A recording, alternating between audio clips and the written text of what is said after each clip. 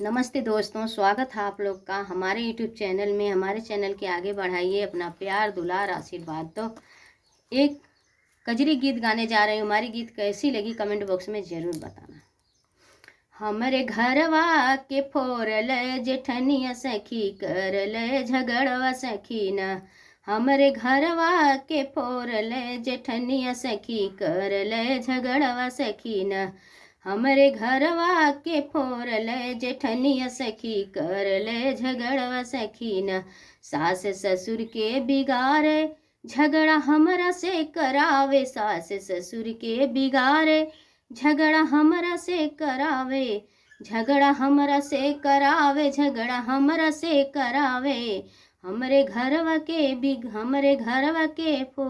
बिगाड़ल जेठनिया सखी करल झगड़वा सखी न। हमरे घरवा के बिगाड़ल जेठनिया सखी करल झगड़वा सखी न। हमरे सजना के चढ़ावे झगड़ा हमरा से करावे। हमरे सजना के चढ़ावे झगड़ा हमरा से करावे। झगड़ा हमरा से करावे। झगड़ा हमरा से करावे। अपने लेके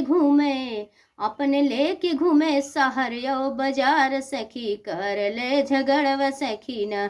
अपने लेके घूमे शहर यो बाजार सखी करल झगड़वा सखी न। हमरे घरवा के फोरल जेठनिया सखी करल झगड़वा सखी न। हमरे घरवा के फोरल जेठनिया सखी करल झगड़वा सखी न।